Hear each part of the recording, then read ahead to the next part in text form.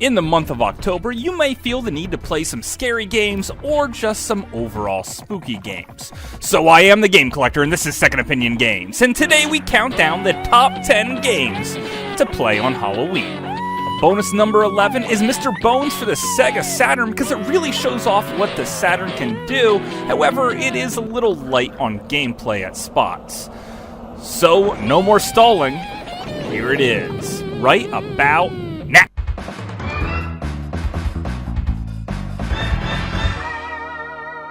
Second Opinion Games.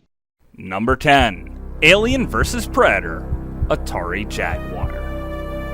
No matter how you decide to play this game, whether it be as the aliens, the Predator, or the Space Marine, you are going to have one crazy time with this one. It does suffer from a frame rate issue or two, but the overall creepy atmosphere and staying very true to all the movies involved, this game is truly unique and extremely good. If you're playing as a Space Marine, you're pretty much fast food because you have to run from everything. And if you come across a Predator, well, you might as well wet your pants right then and there because there's no way you're going to take it out with the weapons at the start of the game. And then the final face-off with the Queen Alien, holy crap. Just stick a fork in it.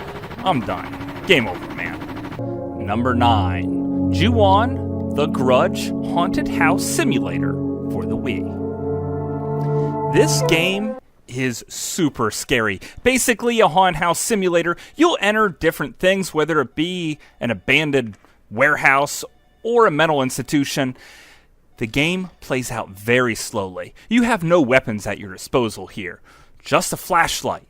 So you have to calmly keep pace. This is a very slow game.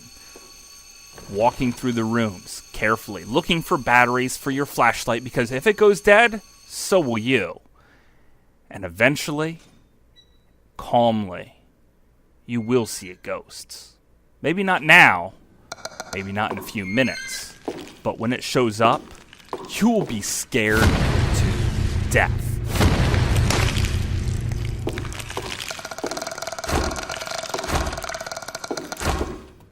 Number 8, Illbleed for the Dreamcast. Basically, you're playing a super B movie here.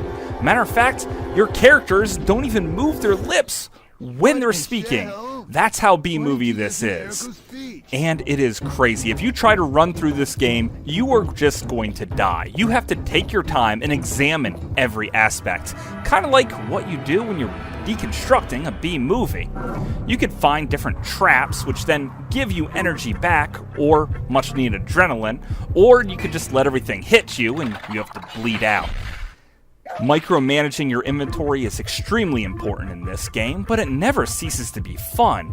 Occasionally, you'll even find things like a creepy baseball bat that still gives me the heebie-jeebies, and fighting your way through multiple stories in this game, always leaving me wanting more. More blood, that is, because it's freaking everywhere. Number 7, Buffy the Vampire Slayer, Original Xbox. This game was a console exclusive because the PlayStation 2 and the GameCube could not handle all the graphical effects on here. Add in most of the returning casts, giving their voice samples, and the ones that didn't, they found a very good replacement, so you barely even notice. Well written, and takes place during Season 3, which we could all admit is by far the best season. This game is terrific in nearly every way. The game feels smooth, and I love the one-liners that Buffy rings out when she's dusting vamps. This is one of the best action beat-em-up games of the entire generation, so you can expect plenty of puzzles and at least one pair of red leather pants. Number 6, Splatterhouse for the TurboGrafx 16. Almost entirely responsible for the ESRB's rating board, Splatterhouse was gruesome way ahead of its time. You play as a Jason Voorhees look-alike character, pick up 2x4s to smash creatures of the night, and even a pump-action shotgun. Pick up a rock to throw at a decaying creature. This game will give you nightmares. Tons of branching paths, even fist punch a knife out of the air, and this game is terrific on nearly every level, even in the difficulty one. Make sure your turbo switch isn't turned all the way up or you're never going to make a jump to save your life. This is through and through a Splatterhouse. And this chainsaw guy, he still gives me nightmares to this day. I guess we did need that ratings board after all. Number 5, Eternal Darkness, Sandy's Requiem, Nintendo GameCube. And when Nintendo goes dark, they go dark, because this is one of the creepiest games I've ever played in my whole life. You have a fighting mechanic that was very inventive at the time, having you chop off all different types of creatures' heads, booby traps freaking everywhere, puzzle-solving aspects, magic spells, a centurion that's dead that freaks me the heck out, giant creatures, eternal gods, a decision that you're going to make in the beginning of the game that actually affects the choices that you make in the future, and you have yourself a complete package. Add in the Sandy meter that makes you go insane by tearing down the fourth wall, making me think that my memory card is being reformatted, having me jump over my coffee table to shut off my system. Holy crap, there's too much going on! I'm gonna have a freaking breakdown! Oh my gosh. Don't play this with the lights off because it's too freaking scary, man, and it's gonna mess you up. Okay, I'm sorry. Moving on. Number 4, Super Ghouls and Ghosts, Super Nintendo. Arthur is the most dangerous man alive, whether he be in his suit of armor or just in his underwear, throwing weapons like a madman, and there's plenty of them to choose from. This game will have your skin crawling with the creepy but awesome music, tons of different locations, a crazy ghost ship, or maybe even a lava palace. This game will always have you biting your nails because it is really, really difficult and really fun.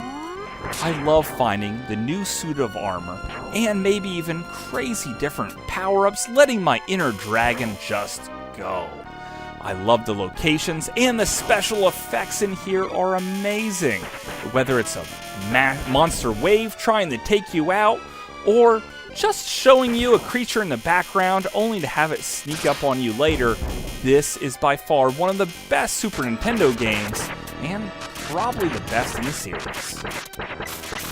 Number 3, Fatal Frame 2 for the original Xbox, PlayStation 2, or the Wii. Playing as one of 2 beautiful twin girls, you have to explore a very creepy town and get down to its deep, dark secret. There's some plot twists in here, and your only weapon is the camera obscura, which is the only thing that can take out the undead ghosts that inhabit everywhere, making you feel very insecure non-stop. Even reaching for what should be a simple item will have your heart stop, trying to see if something's going to try and grab you. Then you have to walk around creepy rooms or even look under crawl spaces, which you know you shouldn't do because of every horror movie ever made, and this game will freak you out. Ghosts sneak up on you, and they get way too up close and personal.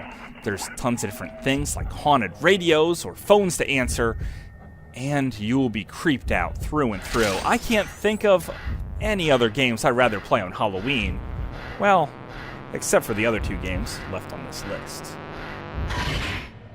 Number 2, Castlevania Rondo of Blood, TurboGrafx 16 CD.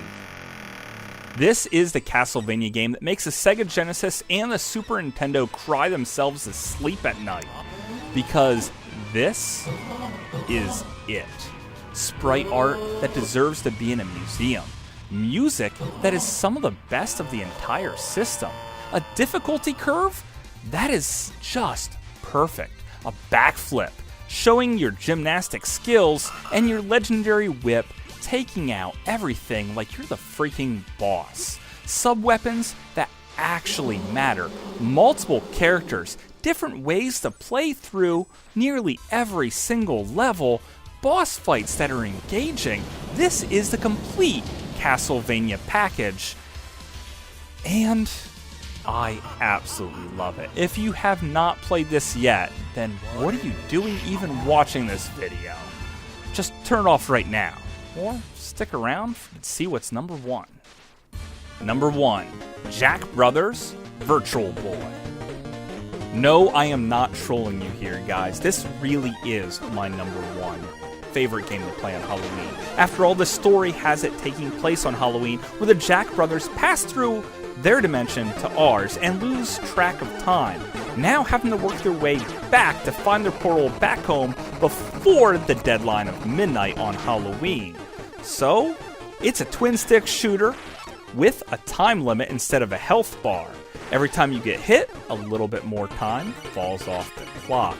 You have to fight your way through lots of different Halloween-themed enemies and continuously fall down and down, deeper into the pit of despair.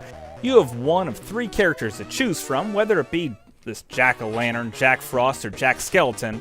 In the Japan version, he's called Jack the Ripper. I guess that makes a little bit more sense. And you have yourself the best game to play on Halloween. The Virtual Boy itself really sets the mood with its blacks and reds, and I find it just terrific to sit down and play knowing that I am racing the clock both in reality and in the game. And that's what makes it my number 1 pick for best game to play on Halloween. Thanks for watching.